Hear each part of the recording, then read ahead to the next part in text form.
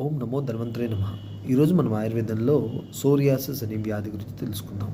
ఈ సోరియాసిస్‌ని ఆయుర్వేదంలో కిటిపకుష్టము, ఏకకుష్టము, వైపాదికం అనే పేర్లతో పిలుస్తారు. ఎందుకంటే అది కేవలం ఒంటి మీదే కాకుండా తల మీద కూడా రావచ్చు, కాళ్ళు చేతులకు రావచ్చు. కాళ్ళు చేతులకు వచ్చినప్పుడు అదైతే పామోప్లాంటర్ సోరియాసిస్ అంటారు. ఆయుర్వేదంలో అయితే వైపాదికము అంటారు. తలలో వచ్చినప్పుడు దాన్ని స్కాల్ప్ సోరియాసిస్ అంటారు. ఇక్కడ దారుణకము, ఆరెంజ్ అని రకరకాల పేర్లతో పిలుస్తారు. అది ఒంటి మీద వచ్చినప్పుడు రకరకాల పేర్లతో మనం పిలుస్తాం గిట్టిపు కుష్టం అని.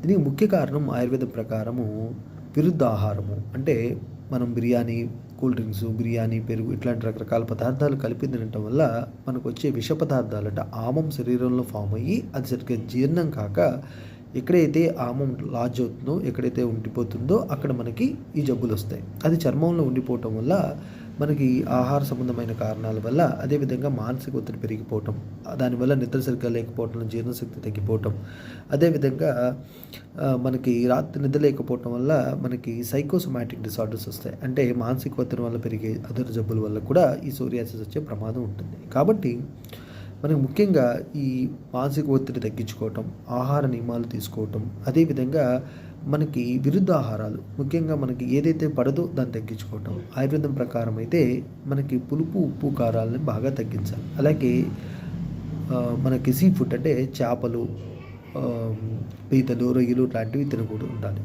అదేవిధంగా బయట దొరికే బిర్యానీలు, కూల్ డ్రింక్స్, ఐస్ క్రీమ్స్ ఇట్లాంటివి తినకుండా ఉండాలి. వీటిలో ఉండే అధిక ఉప్పు, పంచదార వల్ల ఈ శరీరం మీద దారుణమైన దద్దులు, బొబ్బర్లు వస్తాయి.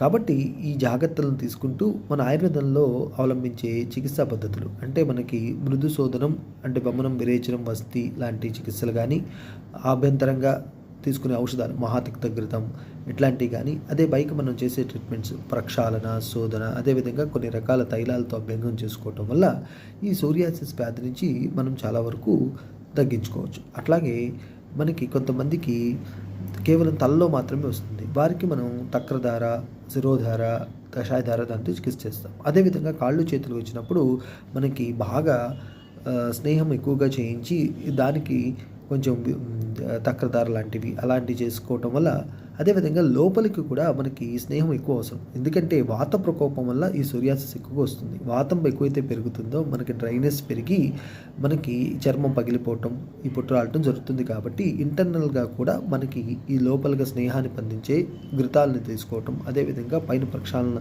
చేసే కార్యక్రమాలు చేయటం వల్ల ఈ సోరియాసిస్ని మన ఆయుర్వేదం ప్రకారం చికిత్సలతోనూ మన శుభకర ఆయుర్వేదిక్ హాస్పిటల్లో పూర్తిగా తగ్గిస్తున్నాము.